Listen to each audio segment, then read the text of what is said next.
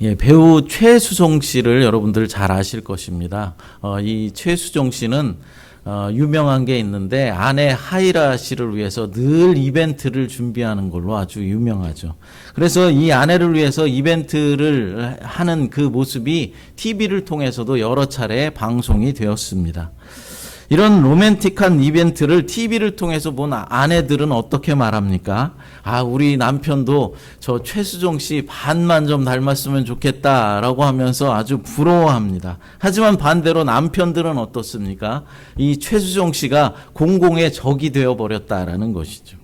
왜 그러냐면은 TV를 통해 이 최수종 씨가 하는 모습을 본 이 아내들이 우리 남편과 너무나 다른 모습을 보이고 있기 때문에 남편들에게 더 많은 잔소리를 하게 되기 때문입니다. 여러분들은 아내를 위해서 어떤 이벤트를 해보셨습니까? 우리 남편분들 어떤 이벤트들을 하셨는지 모르겠습니다. 저는 아내를 위해서 이벤트를 많이 하지는 못하지만은 그래도 어쩌다 한 번씩 한 10년에 15년에 한 번씩은 이벤트를 하는 것 같습니다. 풍선도 불어서 방 안 한가득 채워놓은 적도 있었고, 또 제가 부교육자로 사역할 때는 우리 영상을 담당하는 청년에게 부탁해서 고맙고 사랑한다라는 이 메시지를 교회 대형 스크린을 통해서 이제 고백한 적도 있었습니다. 거기에다가 이제 로맨틱한 플룻 연주까지 곁들여서 고백한 적이 있었습니다. 제가 이런 이벤트를 하며 고백할 때마다 우리 아내는 눈물을 펑펑 흘리면서 감동을 받았고 고마워했습니다. 마지막 이벤트가 10년이 훨씬 지난 것 같은데 이제 슬슬 다음 이벤트를 준비할 시간이 다가오고 있는 것 같습니다. 여러분들도 가끔 이런 이벤트를 통해서 아내들에게 감동을 선사해 주시기 바랍니다. 그러면은 가정이 평안해지는 것이죠. 그렇습니다. 아내가 감동받으면 가정이 평안해질 수 있습니다. 그리고 남편들에게 돌아오는 서비스가 달라지는 것이죠. 대개 사람들은 내가 감동받기를 원하죠.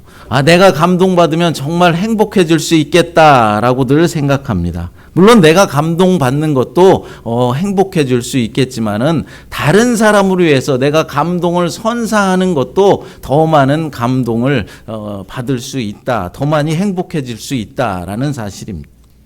그러므로 우리는 서로에게 감동을 주고 서로에게 감동을 받는 그런 삶을 살기 위해서 노력해야 하는 것입니다. 그럼 우리가 신앙생활을 할 때 하나님과의 관계에서는 우리는 어떤 입장에 있어야 하는 것일까요? 우리가 하나님께 감동을 드리는 입장에 있어야 할까요? 아니면은 하나님으로부터 감동을 받는 입장에 서야 하는 것일까요? 둘 다일 것입니다. 우리는 하나님께 감동이 되는 예배를 드려야 하고 우리의 삶을 통해서 하나님께 감동을 드려야 하는 것이죠. 그러나 우리가 여기에서 조심해야 하는 것은 나의 노력과 나의 수고로 하나님께 감동 드리는 것이 하나님으로부터 무언가를 받아내고 무언가를 얻어내기 위해서 억지로의 감동을 하나님께 드리려 하면 안 된다라는 것이죠. 제가 자주 드리는 말씀이지만 내가 하나님을 위해서 예배를 드리는 것 외에 또 여러 가지 하나님께 봉사하고 섬기고 헌금을 드리는 것이 이미 주어진 하나님의 은혜에 대해서 내가 감사함으로 하나님께 드리는 것이지 무언가를 받기 위해서 복받기 위해서 내 자녀가 잘 되게 하기 위해서 드려서는 안 된다라는 것입니다. 그래서 사실 우리가 추구해야 하는 것은 내가 하나님을 감동시키는 일이라기보다는 하나님으로부터 내가 감동받는 일을 우리가 추구해야 하는 것입니다. 왜 그렇겠습니까? 내가 하나님으로부터 감동을 받고 하나님으로부터 큰 은혜를 받으면은 역사가 일어나기 때문에 그렇습니다. 하나님의 감동으로 내가 변화되고 내가 바뀌어지면은 우리 가정이 변화될 수 있는 것이고 내가 다니는 직장이 변화될 수 있는 것입니다. 우리 교회가 감동받은 사람들이 많아지면 우리 교회가 달라질 수 있는 것이죠. 더 많이 감동받은 사람들이 많아지면 많아질수록 이 사회가 변하고 이 세상도 바뀌어질 수 있다라는 것입니다. 그렇습니다. 이 세상의 역사는 하나님으로부터 감동받은 사람들에 의해서 이루어져 나가는 것이죠. 하나님의 감동을 받은 사람들이 이 세상의 역사를 써내려가고 있다라는 사실입니다. 오늘 본문에도 보면 하나님으로부터 감동받은 사람이 등장합니다. 누구입니까? 바사왕 고레스라고 말합니다. 바사는 페르시아를 말하는 것이죠. 페르시아 왕 고레스가 등장하고 있습니다.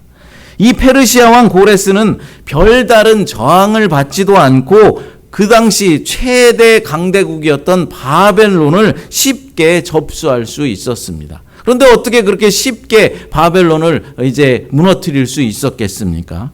아주 두꺼운 성벽으로 겹겹이 둘러싸여 있던 이 바벨론을 어떻게 순식간에 그렇게 정복할 수 있었겠습니까? 그것은 바벨론의 왕들의 그 사치와 방탕과 타락에 지친 바벨론 사람들이 바벨론 사람들과 그리고 바벨론에 강제로 이주해서 끌려와 있던 타민족들의 협조가 있었기 때문입니다. 바벨론 제국의 마지막 왕 벨사살 왕이 성 안에서 이제 호화로운 잔치를 베풀고 있을 동안 거주민들이 그 성 안쪽에서 바벨론의 성문을 활짝 열어서 고레스의 군대들이 손쉽게 들어와 이제 바벨론을 정복할 수 있도록 도와주었다라는 것이죠. 한 나라가 멸망하는 것, 한 집안이 멸망하는 것, 한 교회가 무너지는 것에는 공통점이 있는데 그 공통점은 지도자들의 사치와 타락에 있었다라는 것을 다시 한번 확인해 볼 수 있는 대목입니다. 어쨌든 이 고레스 왕은 이 위대한 승리, 그러니까 바벨론 제국을 무너뜨린 것을 기념하기 위해서 그 이듬해인 주전 538년에 바벨론의 인질로 끌려와 살고 있던 여러 민족들에게 이제 조상의 나라로 다시 돌아가서 살 수 있는 자유를 선포해 주었습니다. 이것이 무엇입니까? 그 유명한 고레스 칙령이라는 것이죠. 고레스 왕이 반포했다 해서 고레스 칙령이다라고 말하는 것입니다.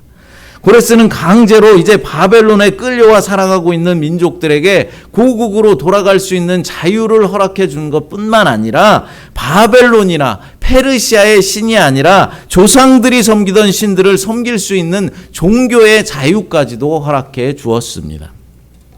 이 고레스 칙령으로 바벨론에 포로되었던 이스라엘 백성들도 이제 고향인 예루살렘으로 돌아갈 수 있게 되었고 세 차례에 걸친 포로 귀환이 이때부터 시작되는 것입니다.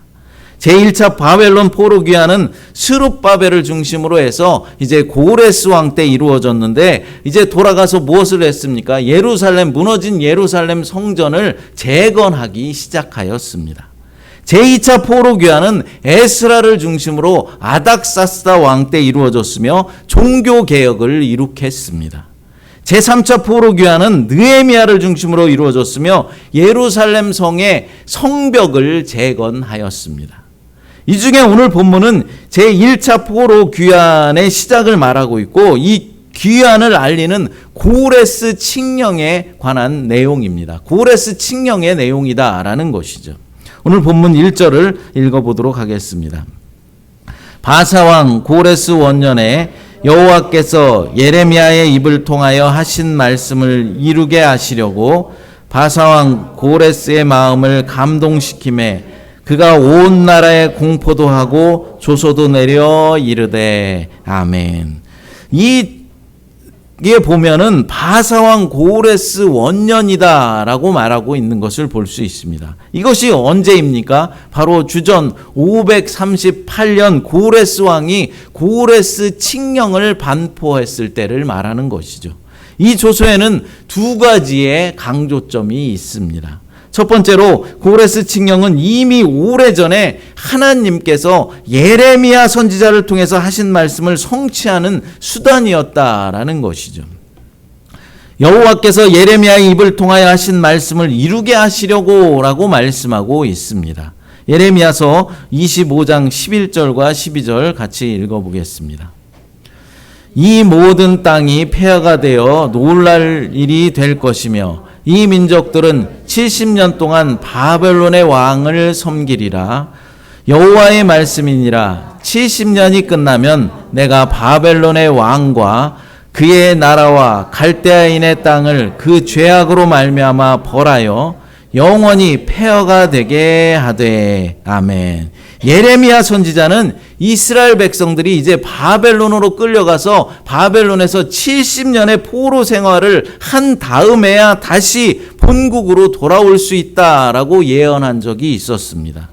본문은 드디어 예레미야의 이 예언이 성취되는 때가 임하였다라고 말씀하고 있는 것이죠.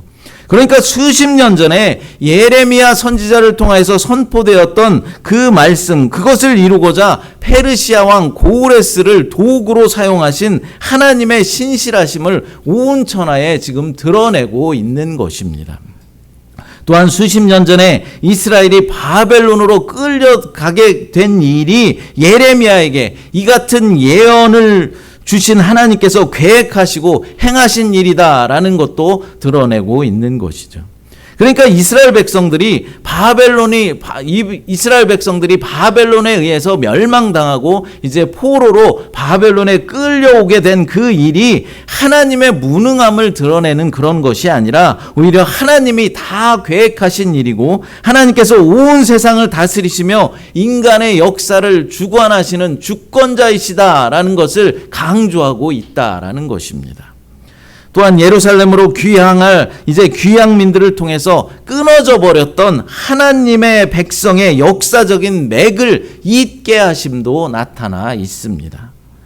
예루살렘과 유다의 멸망으로 말미암아서 한동안 하나님과 그의 백성의 사이의 관계가 큰 타격을 입었던 것이 사실입니다. 하지만 관계가 완전히 끊어져 버린 것은 아니죠. 여러분, 우리는 이 사실을 통하여서 하나님이 자신의 백성들을 심판하시고 자신의 자녀들에게 징계를 내릴 때 죽이기 위해서 자신의 백성들을 멸망시키기 위해서 내리는 심판이나 징계를 내리시지 않는다라는 사실을 깨달을 수 있어야 합니다. 그럼 하나님은 왜 자신의 백성들에게 징계를 내리시고 채찍을 들고 심판을 내리시는 것일까요? 그것은 그 심판을 통해서 다시 깨닫고 주님의 품으로 돌아오기를 바라는 그런 마음에서입니다. 그러니까 죄에서 다시 돌이키라라는 것이죠. 우리가 자녀들을 벌하는 이유가 무엇입니까? 자녀가 올바로 자라주기를 바라는 마음에서입니다. 그래서 자녀들에게 자꾸 훈계를 하고 자꾸 혼을 내는 것입니다. 이 세상 살아갈 때 바르게 살고 건강하게 살고 잘 살게 되기를 바라서 훈계도 하고 자꾸 혼도 낸다라는 것입니다. 그런데 그 훈계를 듣는 자녀들은 어떻습니까? 그것을 잔소리로 듣는단 말이죠. 부모의 진심 어린 훈계를 마음속에 깊이 새기며 감사해야 하는데 그렇지 못하다는 것입니다. 우리 신자들도 하나님의 어떤 징계를 받을 때 그렇게 하나님께 똑같이 대하지는 않는지 생각해 보아야 합니다. 하나님으로부터 시험이 오고 징계를 우리가 당하면 우리는 어떻게 이야기합니까? 하나님께서 어떻게 나에게 이렇게 하실 수 있습니까? 어떻게 나에게 이런 고난을 주실 수 있습니까? 우리 가정에 이런 어려움을 주실 수 있습니까? 라고 따져 묻지 않습니까? 그러나 하나님이 우리를 징계하신 것은 우리를 죽이게 하시려거나 망하게 하시려고 주시는 것이 아니라는 사실입니다. 시험과 징계를 통해서 깨닫게 하시고 다시 더욱더 믿음의 삶을 살아가게 하기 위해서 우리를 인도하시는 방편이다라는 것이죠. 그래서 우리가 징계를 당할 때는 하나님을 원망할 것이 아니라 하나님께 오히려 감사해야 하고 나의 잘못된 믿음을 돌아보면서 회개의 기도를 드려야 함은 물론이거니와 회개 기도를 드린 후에는 더욱더 믿음으로 살기 위해 달라진 믿음의 모습을 보여줄 수 있어야 하는 것입니다. 그렇습니다. 하나님이 우리에게 징계하시는 이유는 바로 우리의 회복과 우리의 구원을 위해서 그것의 목적이 있다라는 사실입니다. 하나님은 절대로 주의 백성들을 그냥 버리지 않으십니다. 한 번 선택한 주의 백성들을 절대로 하나님의 품에서 끊어내지 않는다라는 사실입니다. 우리가 잘못된 길을 걸어가고 있고 믿음의 길에서 자꾸만 이탈하니까 다시 돌아오도록 우리를 징계하시고 신호를 보내시는 것입니다. 본문의 이스라엘 백성들에게 바벨론 포로의 심판을 내리신 이유도 그들의 회복과 구원을 위한 것이지 그들을 심판하기 위한 목적에 있었던 것은 아니라는 사실이죠. 둘째로 고레스가 칙령을 선포한 것은 하나님께서 그렇게 하도록 페르시아 왕을 조정하셨기 때문입니다. 본문 1절과 2절을 다시 한번 읽어보겠습니다. 바사왕 고레스 원년에 여호와께서 예레미야의 입을 통하여 하신 말씀을 이루게 하시려고 바사왕 고레스의 마음을 감동시키매 그가 온 나라에 공포도 하고 조소도 내려 이르되 바사왕 고레스는 말하노니 하늘의 하나님 여호와께서 세상 모든 나라를 내게 주셨고 나에게 명령하사 유다 예루살렘의 성전을 건축하게 하셨나니. 아멘. 바사왕 고레스의 마음을 감동시키매 라고 말씀하고 있습니다. 이게 중요한 말씀입니다. 감동을 받는다라는 것이 중요하다라는 것이죠. 누가 고레스의 마음을 감동시켰습니까? 하나님께서 하셨습니다. 하나님께서 자신의 백성을 고향 예루살렘으로 돌아가게 하기 위해서 이 일을 하셨다라는 것이죠. 그런데 그 과정에서 하나님께서 페르시아 왕 고레스의 마음을 감동시킨 것입니다. 고레스는 이방 나라의 왕이었지만 하나님의 감동을 받은 것이죠. 여기서 감동시키다라는 이 표현은 하나님이 고레스를 흔들어 깨우셨다라는 의미로서 하나님이 자신의 계획을 이루기 위해서 고레스를 사용하셨다라는 말입니다.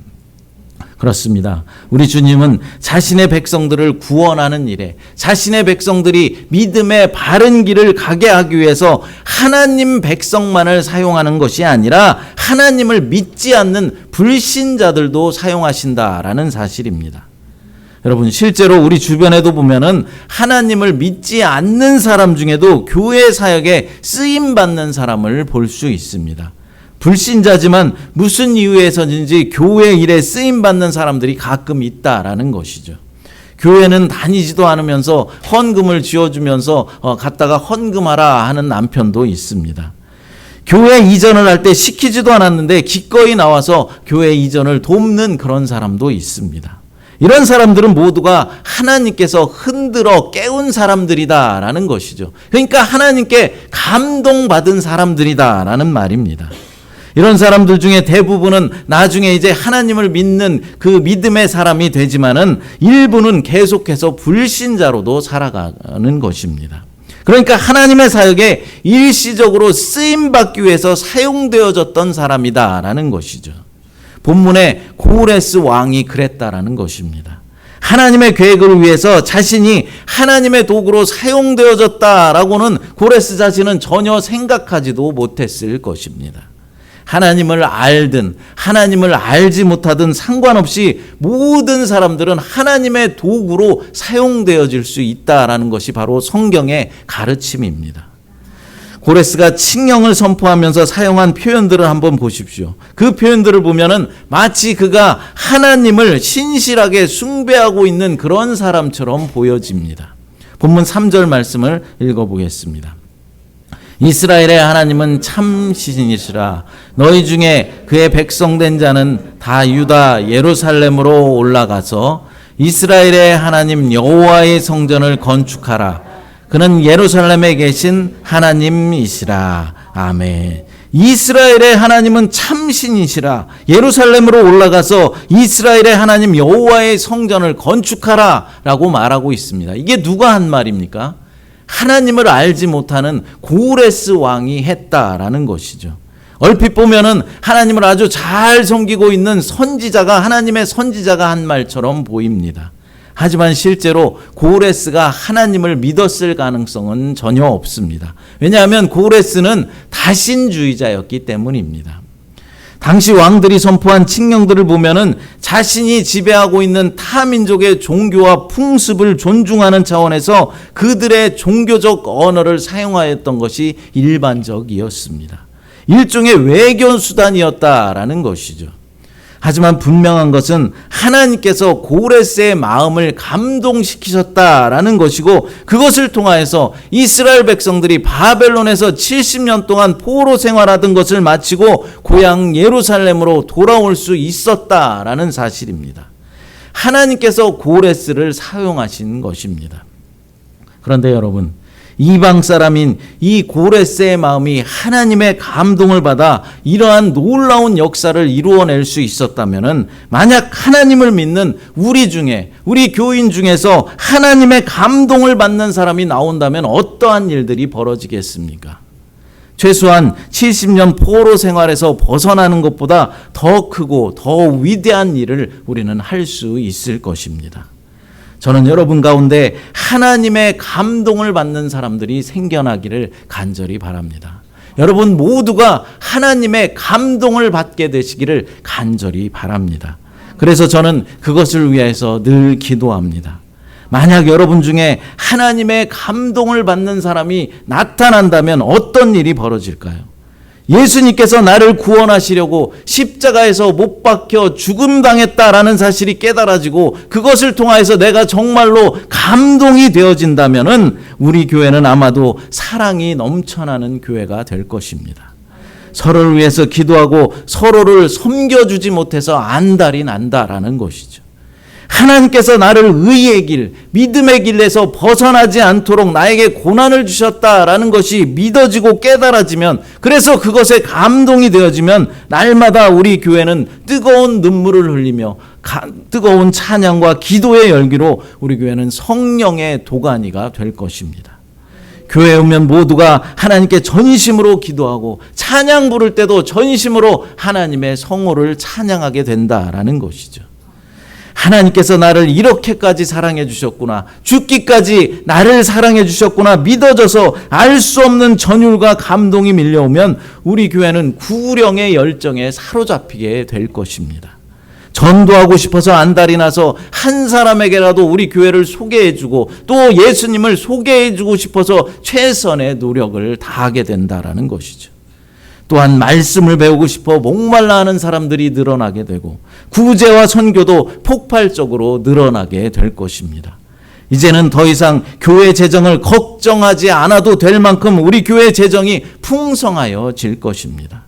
오히려 이제는 온 교인들이 교회의 더 큰 비전을 위해서 합심하여 기도하고 그것을 위해서 정진하여 나가게 된다라는 것이죠. 본문에도 보니까 하나님께 감동된 고레스는 이스라엘 백성들에게 고국으로 돌아가서 불타고 무너진 예루살렘 성전을 재건하라라고 말하고 있습니다. 다 유다 예루살렘으로 올라가서 이스라엘의 하나님 여호와의 성전을 건축하라라고 말하고 있습니다. 누가 말했습니까? 하나님께 감동받은 고레스가 한 말입니다. 뿐만 아니라 은과 금과 같은 물질로 도와주고 성전 건축을 위해서도 예물을 드리라라고 말씀합니다. 본문 4절 말씀을 같이 읽어보겠습니다. 그 남아있는 백성이 어느 곳에 머물러 살든지 그곳 사람들이 마땅히 은과 금과 그 밖의 물건과 짐승으로 도와주고 그 외에도 예루살렘에 세울 하나님의 성전을 위하여 예물을 기쁘게 드릴지니라 하였더라. 아멘. 여러분, 고레스 칙령이 반포됐다고 해서 모든 이스라엘 사람들이 다 고국으로 돌아갔던 것은 아닙니다. 오히려 돌아가지 않고 바벨론에 그냥 남아서 계속 살아가는 사람들이 더 많이 있었습니다. 고향으로 돌아간 사람은 단지 20% 정도에 불과했습니다.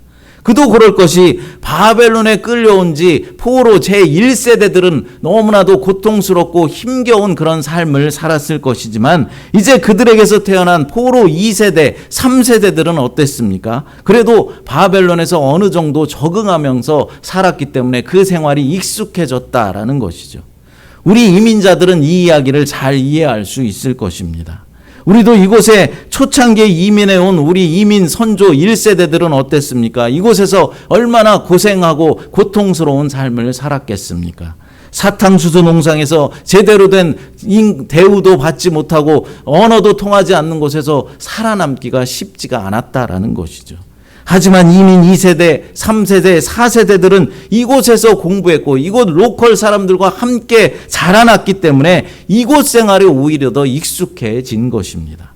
그래서 이제는 다시 고향 한국 땅으로 돌아가자라고 말해도 이곳에서 이루어 놓은 것들이 많이 있기 때문에 다시 한국으로 돌아가기가 쉽지가 않다라는 것이죠. 저도 마찬가지입니다. 이곳의 생활이 너무나도 불편한 것들이 있고 또 어려운 것들도 있지만은 이제 다시 한국으로 돌아가 살래? 누가 이렇게 저에게 말한다면 아니다. 나는 이곳에서 뼈를 묻을 것이다. 이렇게 대답하게 된다라는 것이죠. 마찬가지로 이스라엘 백성들도 고향 예루살렘으로 돌아갈 수 있는 그런 자유를 얻었지만은 많은 이들이 익숙해지고 또 평안해진 바벨론 생활을 버릴 수가 없었던 것입니다. 고레스는 귀양민 행렬에 끼지 않고 남아있기를 원하는 이스라엘 백성들과 또 모든 바벨론에 거주해 있는 이들에게 거주민들에게 이제 고향으로 돌아가는 이스라엘 백성들에게 성심껏 도와줄 것을 명령하고 있는 것입니다. 바벨론에서 예루살렘까지 가는 길은 3달 이상이 걸렸습니다. 3달 이상 걸리는 그 긴 여정에 필요한 노자로 금은보화와 가축을 아낌없이 이제 줄 것을 말하고 심지어는 예루살렘 성전에 바칠 예물도 그들의 손에 들려보내라고 말하고 있는 것입니다. 하나님의 감동을 받은 이 고레스 한 사람을 통하여서 하나님의 역사를 이루고 있는 것이죠. 이 고레스를 통해서 결국 어떻게 된 것입니까? 예루살렘 성전이 무너졌던 예루살렘 성전이 다시 재건되게 된 것입니다. 사랑하는 여러분, 저는 여기에 모인 저와 여러분 모두가 하나님의 은혜로 말미암아 감동받게 되기를 다시 한번 간절히 원합니다. 하나님께 감동만 받으면 하나님의 징계가 오히려 감사가 되는 것이죠. 하나님께 감동받으면 하나님이 내리신 어떤 심판이나 시험이 기쁨으로 변할 수 있는 것입니다. 하나님께 감동받으면 우리 교회가 사랑이 넘쳐나고 늘 기쁨과 감사가 넘쳐나는 그런 교회가 될 수 있을 것입니다. 하나님께 감동받으면 뜨거운 찬양과 기도로 우리 교회는 성령의 도가니가 될 것입니다. 하나님께 감동받으면 전도의 열정에 우리가 목말라 할 것입니다. 우리 하나님께 감동받기만 하면 교회가 건축되는 것이죠. 태국 땅에 저 아프리카 땅에 우리 교회를 통하여서 선교 헌금이 보내져서 세계 곳곳에 세계 열방 가운데 교회들이 세워지게 될 수 있는 것입니다.